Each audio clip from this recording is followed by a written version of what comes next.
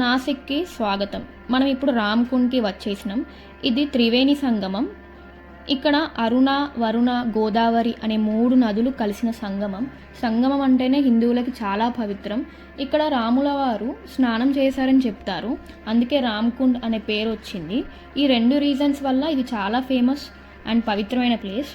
ఇక్కడ కుంభమేళా జరుగుతుంది. అప్పుడు చాలామంది భక్తులు ఇక్కడ స్నానం ఆచరిస్తారు. నెక్స్ట్ కుంభమేళా 2026లో ఇక్కడ జరుగుతుంది.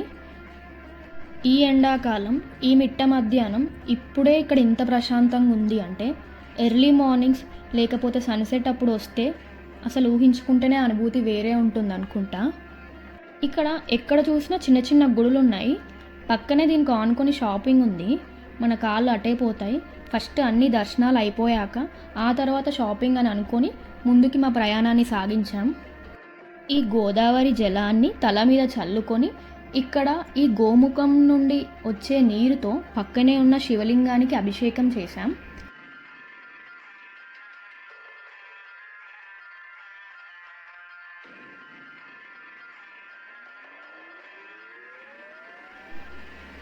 దీనికి ఆనుకొని గోదావరి అమ్మ టెంపుల్ ఉంది. మూసేసి ఉంది. బయట నుండే ఇంకా దండం పెట్టేసుకున్నాం. దీనికి వెనక సైడ్కి వస్తే ఇక్కడ శ్రీరామ్ మహాస్తంభ్ అని ఉంది. దీనికి ఆపోజిట్ సూర్యభగవాన్ టెంపుల్ ఉంది. సూర్యునికి టెంపుల్స్ చాలా రేర్ ఉంటాయి. మీరు దర్శించుకోండి. వీడియో సరిగా తీయలేదు. నా కాన్సన్ట్రేషన్ లోపల విగ్రహం మీద ఉంది.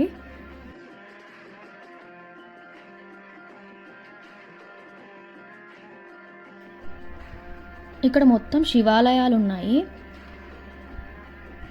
కొంచెం ముందుకెళ్తే ఇక్కడ శ్రీ స్వయంభూ భానేశ్వర్ మహాదేవ్ మందిర్ అని ఉంది.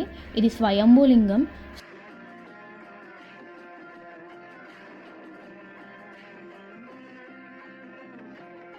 సో ఇక్కడ అసలు ఎవరూ లేరు.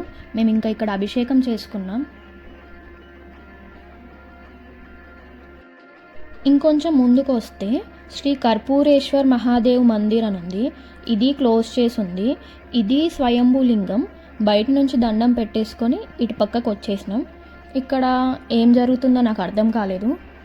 ఒక టెంపుల్ నన్ను చాలా అట్రాక్ట్ చేసింది. శ్రీ సింహస్థ్ గౌతమి గంగా గోదావరి భగీరథి మందిర్. ఇది లోపల మూసేసి ఉంది, కానీ ఇది నాకు చాలా నచ్చింది. రోడ్ క్రాస్ చేస్తే శ్రీ కపాలేశ్వర్ మహాదేవ్ మందిర్. ఈ గుడికి స్పెషాలిటీ ఏంటి అంటే ఇక్కడ నందీశ్వరుడు ఉండడు. ప్రస్తుతం ఇక్కడ కనిపిస్తున్న టెంపుల్ 1763లో కట్టారు. దాన్ని తర్వాత రినోవేట్ చేశారు. సో టెంపుల్కి వెళ్ళాలంటే 50 స్టెప్స్ ఎక్కాలి.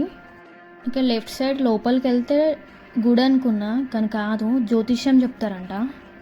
స్థల పురాణం ప్రకారం బ్రహ్మదేవునికి ఒకప్పుడు 5 తలలు ఉండేవి. 4 తలలతో వేదాల్ని పఠించేవారు. 5వ తలతో నిందిస్తూ ఉండేవారు. ఒకరోజు బ్రహ్మ ఈ 5వ తలతో మహాశివుని నిందించడంతో శివునికి కోపం వచ్చి బ్రహ్మదేవుని తలని నరికివేస్తాడు. దీంతో మహాశివునికి బ్రహ్మహత్య పాపం చుట్టుకుంటుంది. దీనిని నివారించుకోవడానికి మహాశివుడు భూలోకం మొత్తం తిరిగాడు. ఒక దూడ శివునికి పాప నివారణ సందేశం చెప్తుంది. ఆ దూడ ఒక నంది. నంది శివునితో పాటు ఇక్కడికి వస్తారు. దూడ చెప్పినట్టు శివుడు ఇక్కడ గోదావరిలో స్నానం ఆచరించాక తన పాపం పోతుంది. నంది వల్ల తన బ్రహ్మహత్య పాపం పోతుంది కాబట్టి నందిని తన గురువుగా పరిగణిస్తూ శివలింగం రూపంలో ఇక్కడ వెలుస్తాడు. నందిని గురువుగా స్వీకరించాడు కాబట్టి ఎదురుగా ఉండొద్దని ఇక్కడ నందీశ్వరుడు మనకి కనిపించాడు. టెంపుల్ ఆర్కిటెక్చర్ చాలా బాగుంది. ఇందులో నుంచి బయటికి వచ్చాక నా చూపు దీనికి ఆపోజిట్ ఉన్న టెంపుల్ మీద పడింది. ఏంటి అని ఇక్కడ అడిగితే అది 1 in 12 years అంటే కుంభమేళా అయినప్పుడు మాత్రమే ఓపెన్ చేస్తారంట ఈ టెంపుల్. ఇదంతా ఈ తాత చెప్తున్నారు. సరే అని ఇంకా బయట నుంచే చూస్తూ ఉన్నాం. నాకైతే చాలా అంటే చాలా బాగా అనిపించింది ఈ టెంపుల్ని చూస్తుంటే. ఇదంతా తిరిగాక నాకు ఇంకా ఏదో అసంతృప్తి. మళ్ళీ రామ్కుండ్ దగ్గరికి వెళ్ళి అందులో దిగి ఒక 2 minutes ఉండి పక్కనే ఇంకొన్ని టెంపుల్స్ ఉన్నాయి. అవి చూద్దామని ముందుకు వస్తే అతి ప్రాచీన్ దత్ మందిర్ అని ఉంది. ఒక దండం పెట్టేసుకొని ముందుకు వెళ్ళినాం. ఈ లెఫ్ట్ సైడ్ ఒక టెంపుల్ కనిపిస్తుంది కదా, వెళ్ళు వెళ్ళు వెళ్ళు అని లోపల ఇంకొకటి ఉంటుంది కదా, అది అంటుంది. కానీ ఇప్పటికే చాలా లేట్ అయిపోయింది.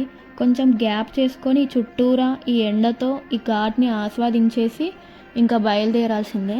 లేకపోతే మా వాళ్ళు నన్ను ఇంకా షాపింగ్ ఉంది కదా, నా షాపింగ్ ఇదే. స్టార్టింగ్ ఇలాంటివి చూసి నేను చాలా ఎగ్జైట్ అయ్యేదాన్ని. కానీ ఏ ఫేమస్ టెంపుల్స్ దగ్గరికి వెళ్ళినా ఇవి కనిపిస్తుండేటివి. ఇవి నిజమా ఫేకా అని నాకు అర్థం కాలే. ఆ పెద్ద కాయిన్ ఉంది కదా, అది 1000 చెప్తున్నారు వాళ్ళు. మా వాళ్ళు కొంచెం వెనక దూరంలో ఉన్నారు. సో ఇక్కడ కొంచెం గ్యాప్ దొరికింది. ఇలాంటి గ్యాప్స్ని వాడేసుకోవాలి. పక్కనే శ్రీరాముల వారి టెంపుల్ ఉంది. బయట నుండి దండం పెట్టేసుకున్నా.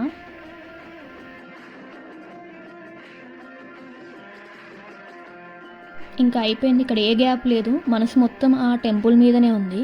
నెక్స్ట్ టైం పక్కా దర్శించుకోవాలని చెప్పి ఇంకా మేము త్రయంబకేశ్వర్కి స్టార్ట్ అయినాం. వచ్చే వీడియోలో త్రయంబకేశ్వర్ గురించి పెడతాను. Stay tuned.